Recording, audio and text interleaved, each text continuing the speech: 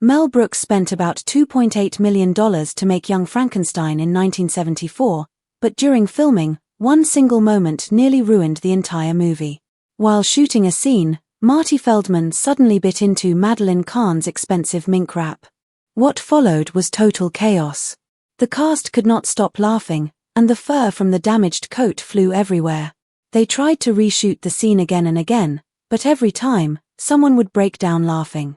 In the end, they filmed the same scene around 15 times. The damage to the costume was extremely costly, and Mel Brooks made a decision that shocked everyone on set. He decided to completely remove the scene from the film.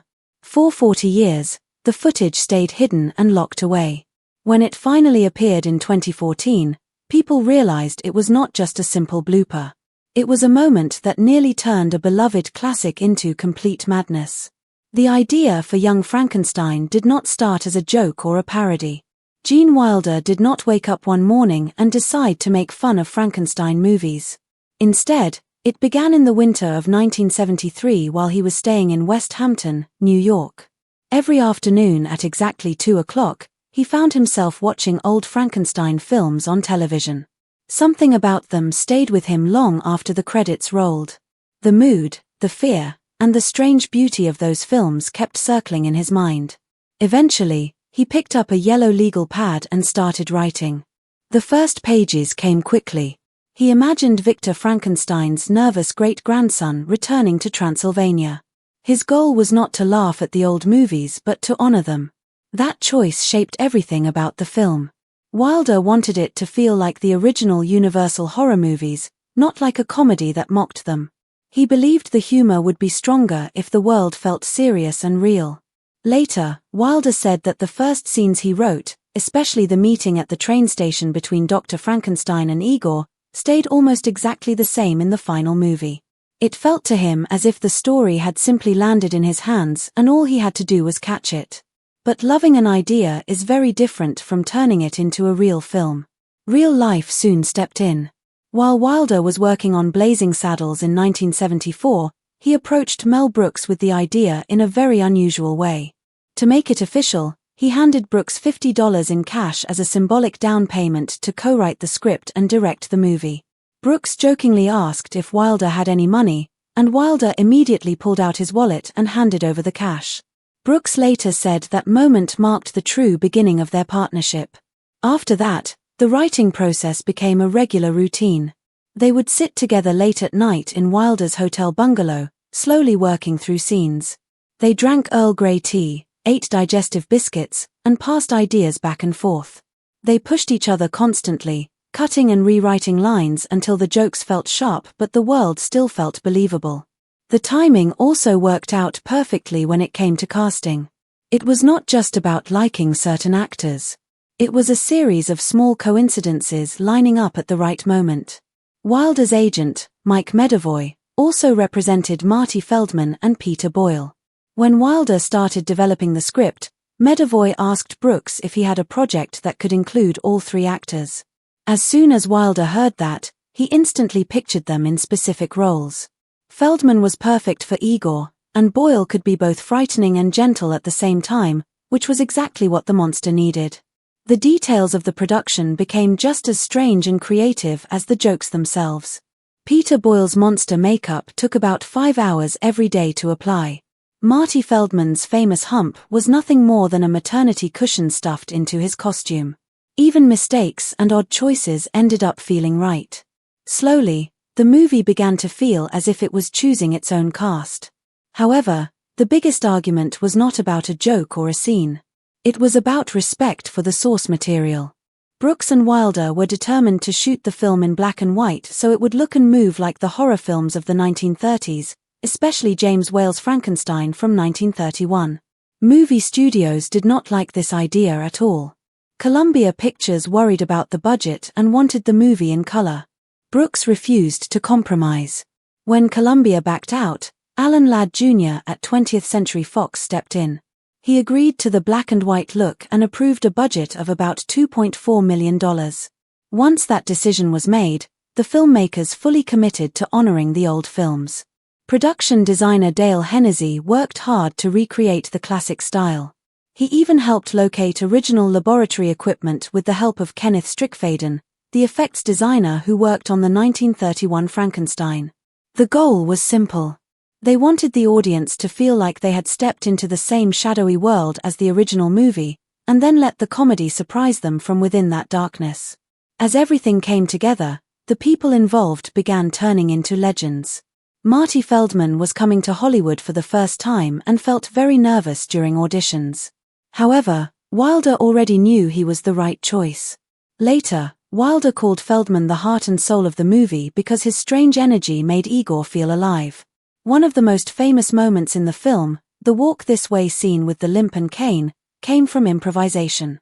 It became an unforgettable joke. To enhance the look, Feldman padded his knees with tissues to make them appear knobby. The filmmakers also leaned into his bulging eyes, which were caused by a thyroid condition, because it made him even more memorable. Wilder compared their on-screen rhythm to a classic comedy duo, saying Feldman played his role like Stan Laurel while Wilder was Oliver Hardy. As filming went on, Feldman's nervousness disappeared, and the role defined his career, even earning him a Saturn Award. Terry Garr's journey was just as determined, though it took a different path. She originally auditioned for the role of Elizabeth, Frankenstein's fiancée. Brooks told her that Madeline Kahn was his first choice. Garr could have given up at that point, but Wilder encouraged her to return the next day and read for the role of Inga instead. At the time, she was working on a comedy show, but she treated this second chance very seriously. She worked with a German wig stylist, practiced the accent, and even exaggerated her figure by stuffing socks into her bra. Her audition was so strong that Brooks cast her immediately. She delivered lines with such confidence and charm that people still quote them today as if they were real phrases from everyday life. Some of the biggest surprises in the film came from unexpected choices. Gene Hackman was known for serious dramatic roles, not comedy. However, he was friends with Wilder, and they often played tennis together. Hackman asked if there was a small role he could do. The only part left was the blind hermit, and they gave it to him. It seemed risky, but the result became one of the funniest scenes in the movie. Hackman played the role completely straight, which made the chaos around him even funnier. He wore a huge beard that nearly hid his face, and although his role went uncredited, it became unforgettable. Peter Boyle paid a heavy price for his role as the monster. The makeup designed by William Tuttle was intense and uncomfortable, taking up to 5 hours each day. The heat from the studio lights made it even worse.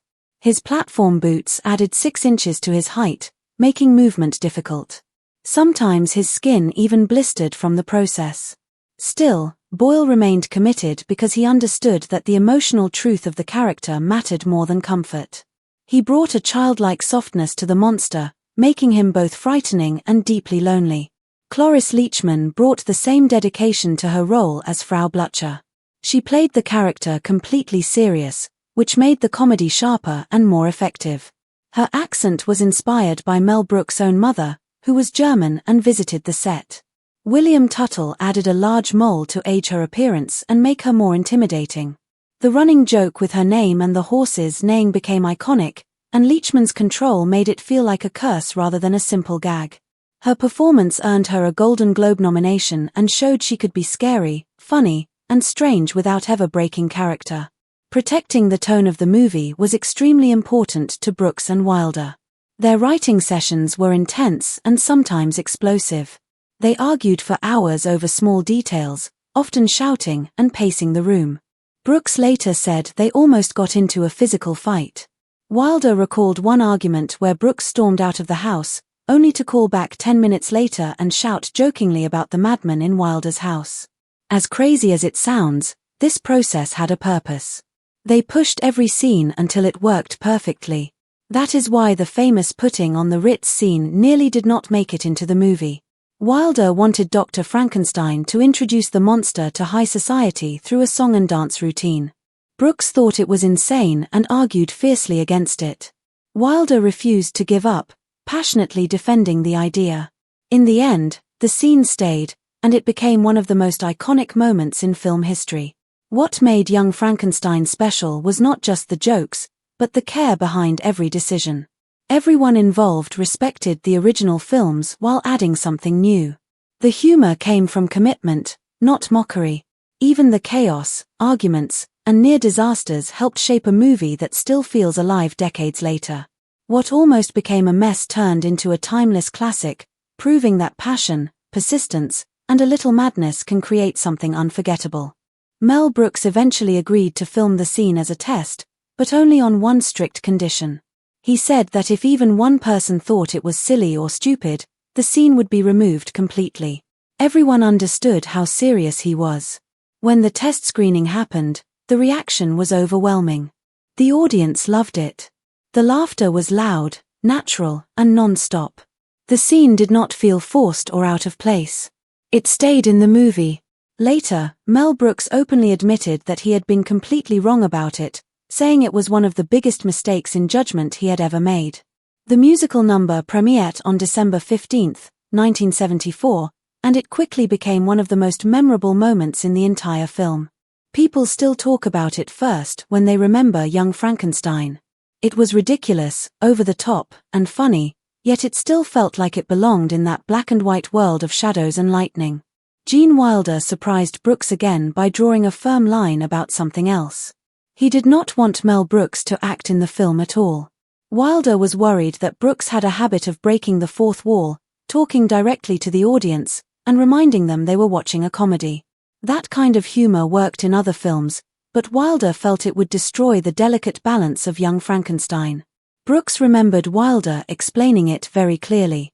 He said he did not want the audience pulled out of the story. Brooks pushed back, half joking and half serious, asking if he was really that bad. Wilder assured him it was not an insult. He explained that Brooks had a natural instinct to wink at the audience, and he was afraid Brooks would appear on screen, flip up a helmet visor, and greet the crowd. In the end, Brooks respected Wilder's concern and stayed off camera, although he still found ways to be involved by providing voice work, including the voice of Victor Frankenstein and a werewolf. None of this would have mattered if the film did not look exactly right. Brooks was firm about shooting in black and white, even in 1974 when color movies dominated theaters. Many people believed audiences would reject a black and white film, especially a comedy. Even the cinematographer, Gerald Hirschfeld, resisted the idea at first. Brooks did not back down. He wanted the exact mood of the old Universal monster movies. Once the decision was final, they pushed the details even further. The opening credits were styled like films from the 1930s. The editing used iris outs, wipes, and slow fades to black, making the movie feel like a time capsule. Composer John Morris created a score that sounded like it belonged to that era, shifting smoothly between eerie horror music and gentle, emotional melodies. Every choice supported the illusion. The laboratory scenes were treated with special care. Kenneth Strickfaden, who had worked on the original 1931 Frankenstein, had kept the old electrical props in his garage in Santa Monica for more than 40 years. When the production team saw them, they were shocked to discover that many of the machines still worked. Strickfaden offered to rent the equipment for a small fee, but Brooks insisted on paying much more out of respect for the history.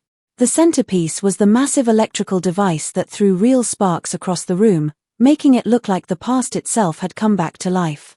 These details mattered because they grounded the comedy in something real and familiar. During filming in late 1973, the mood on set was already playful and relaxed, but one unexpected moment pushed everything into complete chaos. In the middle of a dramatic scene where Elizabeth enters the castle, Marty Feldman made a sudden, unplanned decision. While playing Igor, he leaned forward and bit the tail of Madeleine Kahn's mink fur wrap. It was not in the script. It was not rehearsed. It just happened. Instantly, white mink hairs flew into the air, and some of them stuck inside Feldman's mouth. He tried to keep acting, but he had to stop repeatedly to spit out the fur. Every time he bit the coat, Madeleine Kahn screamed in shock. Gene Wilder panicked, the crew lost control, and the entire cast collapsed into uncontrollable laughter. No one could focus. No one could breathe properly. What should have taken minutes turned into a disaster of giggles and gasping for air. The scene had to be filmed again and again, nearly 15 times, more than any other scene in the movie. Each attempt ended the same way, with laughter taking over the set. Eventually, Mel Brooks had no choice but to stop filming entirely and give everyone time to calm down. The energy was too wild to continue. Despite how funny and joyful the moment was, the scene never made it into the final cut. During test screenings, Brooks noticed that audiences laughed too early and too loudly. The reaction disrupted the flow of the film and weakened the build-up to later scenes, especially the famous musical number. Brooks realized that one explosive gag could flatten everything that followed. He made the difficult choice to cut the full mink-biting moment and keep only a brief shot of Feldman's mischievous grin. The chaos was still there, just more controlled. For many years, the complete footage stayed hidden, appearing only occasionally in behind-the-scenes clips and deleted scene collections. Gene Wilder later admitted that this single moment caused more delays than any other part of the shoot. It proved how fragile even a comedy production can be. What made the situation even more shocking was that the damage was real. Madeleine Kahn's mink wrap was expensive, costing about $50 in 1973, which would be several times more today. Feldman actually damaged it, sending real fur flying across the set. Kahn joked about it afterward, reminding him that those were real minks, but repairs still had to be made, and tensions still had to settle. One impulsive decision had ripples that affected costumes, scheduling, and the director's final edit. That same balance between control and instinct appeared again with Gene Wilder himself. When he arrived on set as Dr. Frankenstein, he had grown a thin, old-fashioned mustache that was never mentioned in the script. Mel Brooks did not like it at first. It did not match the image he had in mind for the character. Wilder believed strongly in the choice, feeling it added elegance and a classic look. To settle the disagreement, Wilder filmed important scenes twice, once with the mustache and once without it. When Brooks reviewed the footage, he changed his mind completely. He later said Wilder had never looked better in the role. What began as a small disagreement became one of the character's defining features, adding charm and personality to the performance. Improvisation continued to shape the film in surprising ways. When Gene Hackman joined the cast as the blind hermit, the role was meant to be small and straightforward. Hackman asked if he could try a few ideas.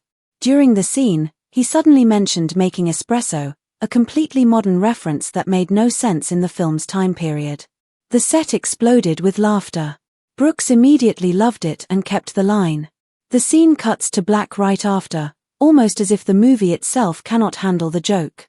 That single line became one of the most quoted moments in the film, proving that sometimes the funniest moments are the ones that should not fit at all. All of these moments, the arguments, the accidents, the improvisation, and the stubborn creative choices, came together to make Young Frankenstein what it is. It was not an easy process. It required trust, patience, and a deep respect for the source material. Brooks and Wilder fought hard to protect the tone, making sure the comedy never broke the world they created. The result was a film that felt timeless, funny, and sincere.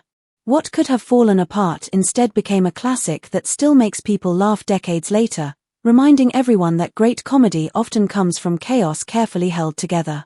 While some actors on Young Frankenstein were able to relax and enjoy the freedom of comedy, others suffered quietly behind the scenes. Peter Boyle, who played the monster, endured one of the toughest experiences on the entire production. Every shooting day, he spent around 4 hours covered in heavy prosthetic makeup. Thick layers of glue, foam, and appliances were pressed tightly against his skin while hot studio lights burned overhead. By the end of each day, his face felt overheated, sore, and sometimes raw. There were moments when it felt as if the makeup itself was melting. For especially risky scenes, the special effects team even created fiberglass molds to protect him from injury. The process was exhausting and painful, but Boyle never complained publicly. He pushed through because he understood the importance of the role. His effort paid off, creating a monster who was frightening on the surface but deeply human underneath, a creature that felt lonely, confused, and oddly sympathetic. At the other end of the spectrum was Marty Feldman, who seemed to bring chaos wherever he went, often without even trying. One of the most famous visual jokes in the movie was never written into the script at all. Igor's wandering hump was entirely Feldman's idea. Between scenes, He casually shifted the hump from one side of his back to the other. One moment it was clearly on the left, and in the next scene it appeared on the right. The crew noticed it almost immediately and started laughing. Instead of correcting it, Brooks and Wilder loved the joke and decided to keep it. The moving hump became a subtle reward for attentive viewers and perfectly captured the playful spirit of the production.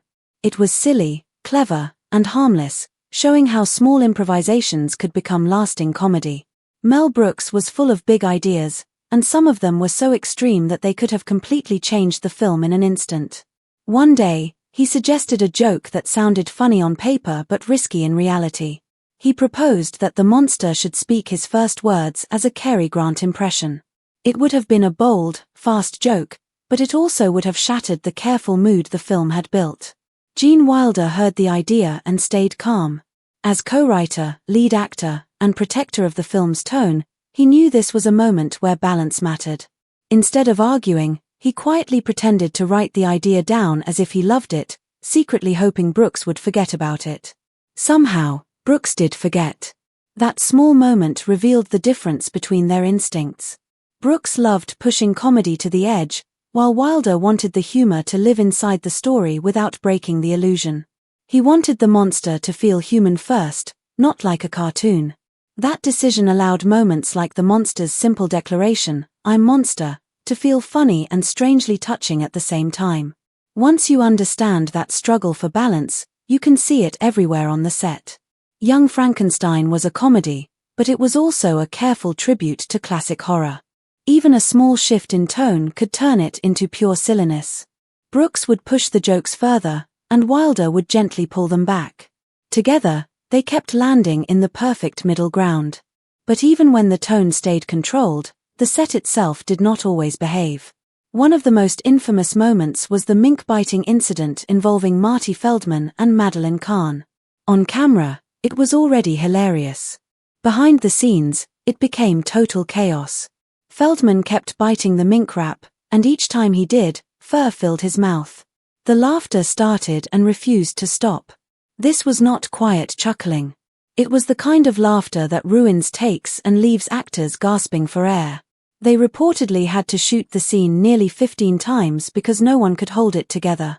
Each extra take came with consequences. The costumes were expensive period pieces, and the mink wrap was not just a prop, it was real money. The wrap reportedly cost about $50 at the time, and repeated biting damaged it badly. With every take, more fur flew around the set, wardrobe repairs became more urgent, and the production lost time. Energy dropped, laughter spilled into other scenes, and the crew had to reset everything again and again. In the end, the moment became legendary, but it was also too disruptive to include in the final film. It was funny in isolation, but it risked pulling audiences out of the story. Another unexpected challenge came from casting changes. Madeline Kahn was originally cast as Igor, the sweet and innocent lab assistant. At the last minute, the plan changed and she was moved into the role of Elizabeth instead. This sudden switch forced the entire production to adjust. Igor had to be recast, and the role went to Terry Garr. Meanwhile, Kahn had to reshape her performance, and the production had to support the change. This meant rewriting scenes, adjusting costumes, and dealing with added pressure just days before filming. There was little time to breathe. But when Kahn stepped fully into the role of Elizabeth, something clicked. Her elegant, dramatic style paired perfectly with comedy.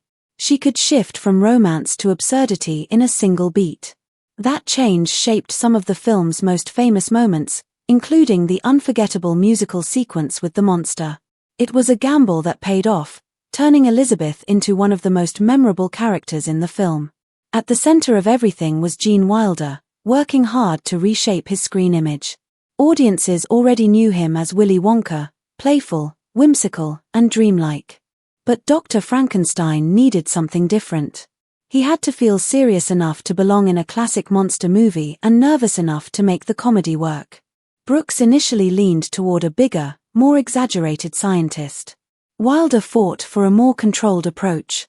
He built the character with small gestures, careful expressions, and a voice that could slide from confidence to panic in seconds. Brooks later admitted that Wilder's performance became the emotional anchor of the film.